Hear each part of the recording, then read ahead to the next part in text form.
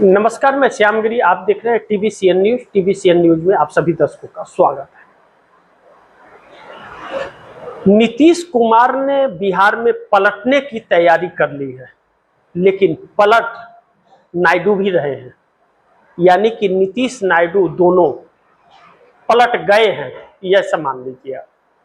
इसलिए मान लीजिए क्योंकि नीतीश कुमार ने तेजस्वी यादव के साथ बैठक की और 130 विधायकों की सूची तैयार की जा रही है नई सरकार गठन के लिए। यानी कि नीतीश कुमार 85 विधायक और 12 सांसद के साथ भारतीय जनता पार्टी का साथ छोड़ने वाले हैं आने वाले दिनों में, बहुत जल्द। इस बात से इनकार नहीं किया जा सकता। अब ऐसे में बहुत सारी तस्वीरें निकल रही हैं कि भारतीय जनता पार्टी के बैठकों से और कार्यक्रमों से दूरी बनाया जा रहा है नीतीश कुमार के विधायकों द्वारा। बिहार में 15 अगस्त के दिन भी सम्राट चौधरी के कार्यक्रम में नीतीश कुमार की पार्टी के दोनों डिप्टी सीएम नहीं गए। लेकिन बिहार के अंदर जो छात्र आंदोलन चल रहा है अब इतना तेज हो गया है कि अब नीतीश कुमार फंस गए हैं। जवाबदेही तय की जा रही है, जवाब मांगा जा रहा है कि जेडीयू के समर्थन से सरकार चल रही है, जेडीयू का क्या कहना है, छात्रों के साथ है या नहीं है। अब नीतीश कुमार क्या करें, फंस गए हैं। या तो मोदी का साथ छोड़े और या तो फिर अपना वोट बैंक खत्म कर ले। अब संकट में यह भाजपा ने ही डाला है, क्योंकि विपक्ष को झारखंड में फंसाने के चक्कर में अपने ही सहयोगी दल को फंसा बैठी है। अब ऐसे में आंध्र प्रदेश में भी छात्र आंदोलन तूल पकड़ने लगा है और तूल पकड़ रहा है। तो चंद्रबाबू नायडू के बेटे नारा लोकेश शिक्षा मंत्री है, तो उनके इस्तीफे की मांग तेजी से होने लगी है, जो चंद्रबाबू नायडू के लिए मुसीबत बनता जा रहा है। ऐसे में चंद्रबाबू नायडू अपने बेटे को बचाने के लिए नरेंद्र मोदी का साथ छोड़ने के लिए मजबूर हो रहे हैं। तो चंद्रबाबू नायडू 18 सांसद हैं, उनके पास 16 और 2 पवन कल्याण। ऐसे में चंद्रबाबू नायडू ने अल्टीमेटम मोदी को दे दिया है कि अमित शाह का या तो मंत्रालय बदल दीजिए या तो इस्तीफा ले लीजिए। अब धर्म संकट में मोदी पड़ गए। नीतीश नायडू ने मिलकर धर्म संकट में डाल दिया है मोदी को, और ऐसा धर्म संकट में डाला है कि अमित शाह की छुट्टी, अमित शाह के इस्तीफे के बगैर बात नहीं बनेगी, नहीं तो चंद्रबाबू नायडू समर्थन वापस लेंगे। लेकिन चंद्रबाबू नायडू जैसे कांग्रेस से नजदीकी बना रहे हैं और नीतीश कुमार महागठबंधन की तरफ बढ़ रहे हैं, इससे यह साफ जाहिर होता है कि मोदी सरकार अब बहुत जल्द गिरने वाली है। लेकिन जो भी थोड़ा बहुत वक्त मोदी के साथ हैं, अगर अमित शाह को नहीं हटाया गया तो फिर सरकार गिर जाएगी, क्योंकि अब बगावत तेज हो गई है। जिस तरह से अमित शाह लगातार बैकफुट पर है, विपक्ष इस्तीफा मांग रहा है, छात्र इस्तीफा मांग रहे हैं, सरकार संकट में है। अगर चंद्रबाबू नायडू के बेटे नारा लोकेश का इस्तीफा हो गया तो मुख्यमंत्री के तौर पर नारा लोकेश को कोई स्वीकार नहीं करेगा। यही डर चंद्रबाबू नायडू को खा रहा है कि जब शिक्षा मंत्री के रूप में स्वीकार नहीं करेगा तो मुख्यमंत्री कैसे बनाएंगे। तो इसलिए चंद्रबाबू नायडू अल्टीमेटम दे रहे हैं। क्या होगा यह वक्त बताएगा। लेकिन नीतीश कुमार की बैठकें महागठबंधन के साथ हो रही है, तेजस्वी यादव के साथ तस्वीर निकल करके आ रही है। अब दूसरी बड़ी महत्वपूर्ण बिंदु यह है कि उत्तर प्रदेश के अंदर अखिलेश यादव सक्रिय हो गए। चंदा चोरी पर भारतीय जनता पार्टी बुरी तरह से फंस गई है। छात्र आंदोलन भी तेज होने की अब उत्तर प्रदेश में सुगबुगाहट है। उत्तर प्रदेश के अलग अलग जिलों के अंदर जेन अल्फा ने जिस तरह सरकार के नाक में दम किया है, सरकार के लिए मुसीबतें बढ़ रही है।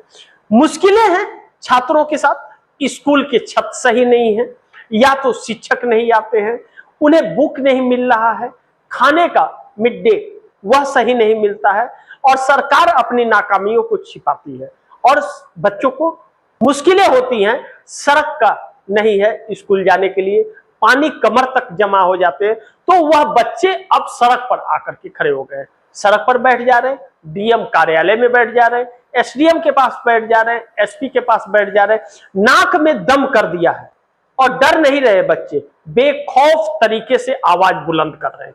ऐसे में जेन अल्फा जो है वह जो अफसर ग्रेड के लोग हैं, ब्यूरोक्रेसी जो है उसके नाक में दम की है और जेन जी ने लगातार मोदी की बधिया बना रही है।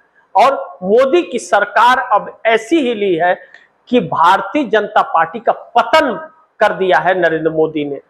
अब ऐसे में भारतीय जनता पार्टी के नेताओं के, कुछ सांसदों के बच्चे भी इस आंदोलन में शामिल हैं, जिसको लेकर के नरेंद्र मोदी के लिए और संकट पैदा होता है। अब वैसे सांसद मोदी के साथ खड़े नहीं है। कहा जाता है 104 सांसद जो दूसरे दलों से आए हुए लोग भारतीय जनता पार्टी में सांसद हैं, वह भी अब मोदी के साथ पूरी तरह से खड़े नहीं हैं और भाजपा के जो ओरिजिनल लोग हैं वह भी नहीं खड़े हैं। ऐसे में जब आरएसएस भी फंस रहा है, उसके भी अस्तित्व पर अब दाग आ रहा है, बच्चे उसके खिलाफ भी, जेएनजी उसके खिलाफ भी आंदोलन कर रहा है, विपक्ष कर रहा है, तो संकट आ रहा है। राहुल गांधी के छात्रों की गूंज, महिलाओं की गूंज, पुणे में कार्यक्रम था 22 अगस्त को, लेकिन इस सरकार ने ऐसा दांव चला कि प्रशासन को आगे करती। कहते हैं जब जब मोदी डरता है पुलिस को आगे करता है। अब मोदी ने प्रशासन को आगे कर दिया। प्रशासन ने 31 अगस्त तक के लिए कर्फ्यू लगा दिया कि 4 लोगों से ज्यादा एक जगह एकत्रित न हो। ऐसे में राहुल गांधी को परमिशन देने में आनाकानी की जा रही है। यह कहा जा रहा है कि त्योहार के मद्देनजर यह सब कुछ किया गया है। अब राहुल गांधी का प्रोग्राम नहीं होता है तो सवाल उठेगा कि पुणे में तो मुंबई में क्यों नहीं, मुंबई में भी लगाओ, पूरे देश में लगाओ। फिर तो मोदी सरकार और भी उल्टा फंस जाती है, अपने ही दांव में अपने ही फंस रही है, अपने ही ऊपर थुकवा ले रही है। ऐसे में राहुल गांधी की लोकप्रियता और बढ़ रही है कि मोदी सरकार डर गई है और डर से राहुल गांधी के कार्यक्रम को रोक रही है। राहुल गांधी का कोटा राजस्थान के अंदर जब कार्यक्रम हुआ था, छात्रों के साथ संवाद, तभी भी रोक टोक हुआ था। जब देहरादून में हुआ तभी भी रोक टोक हुआ और जब इलाहाबाद में हुआ उत्तर प्रदेश के, वहां भी हुआ। परिणाम जितनी उम्मीद नहीं की जा रही थी उसके 2 गुना, 3 गुना, 4 गुना लोग उपस्थित हुए। अब पुणे के अंदर 22 को अगर नहीं होता है और 31 के बाद होता है तो नरेंद्र मोदी के लिए और संकट पैदा होगा, तब और भारी मात्रा में लोग मोदी के खिलाफ होंगे। ऐसे में मोदी को लेकर के हजारों सवाल उठने लगे हैं। पुलिस के हाथ पांव तो खुल ही रहे हैं, सरकार बचने की उम्मीद नहीं दिख रही है। इन सभी बीच आरएसएस अब सरकार के पीछे पड़ा है। अब देखना यह होगा कि विपक्ष क्या करता है, राहुल गांधी का अगला कदम क्या होता है। लेकिन राहुल गांधी रुकने वाले नहीं है। राहुल गांधी अलग अलग नायाब तरीके निकाल रहे हैं मोदी सरकार के खिलाफ। रातों की इनकी नींद छीन रहे हैं, नींद हराम हो गई है मोदी और शाह की, परेशान से हो गए और जहां जा रहे हैं काले झंडे का सामना करना पड़ रहा है। ऐसे में राहुल गांधी के साथ युवा एकजुट होकर खड़ा हो रहे हैं। झारखंड के अंदर जो दांव चली थी भारतीय जनता पार्टी ने, झारखंड के युवा उसी राहुल गांधी के लिए नारे लगाने लगे और राहुल गांधी को प्रधानमंत्री बनाएंगे, ऐसी चर्चा उन छात्रों के बीच निकल पड़ी। अब राहुल गांधी ने हेमंत सोरेन सरकार को जिस तरह से एक्टिव किया, खत लिखा और कहा कि हम छात्रों के साथ हैं, आप छात्रों के साथ न्याय कीजिए, और झारखंड सरकार ने जैसे न्याय किया, सभी मांगे मान ली, तो मोदी सरकार के पैरों के नीचे जमीन खसक गई।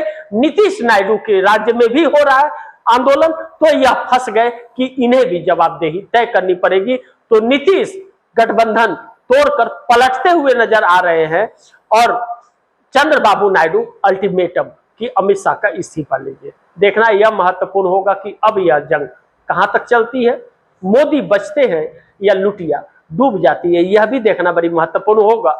लेकिन नीतीश नायडू ने जो रंग दिखाया है, मोदी के चेहरे का रंग उतर गया है, इससे इनकार नहीं कर सकते। बाकी आप दर्शक क्या सोचते हैं, आप दर्शकों की क्या राय है, क्या सुझाव है, कमेंट बॉक्स में जरूर दीजिएगा। इस खबर को ज्यादा से ज्यादा शेयर कीजिए, अपने दोस्तों को भी कहिए आगे शेयर करें, और आपने TVCN न्यूज को सब्सक्राइब नहीं किया सब्सक्राइब कर लीजिए, अपने दोस्तों को भी कहिएगा सब्सक्राइब करें। मिलते हैं अगली खबर के साथ, तब तक के लिए नमस्कार।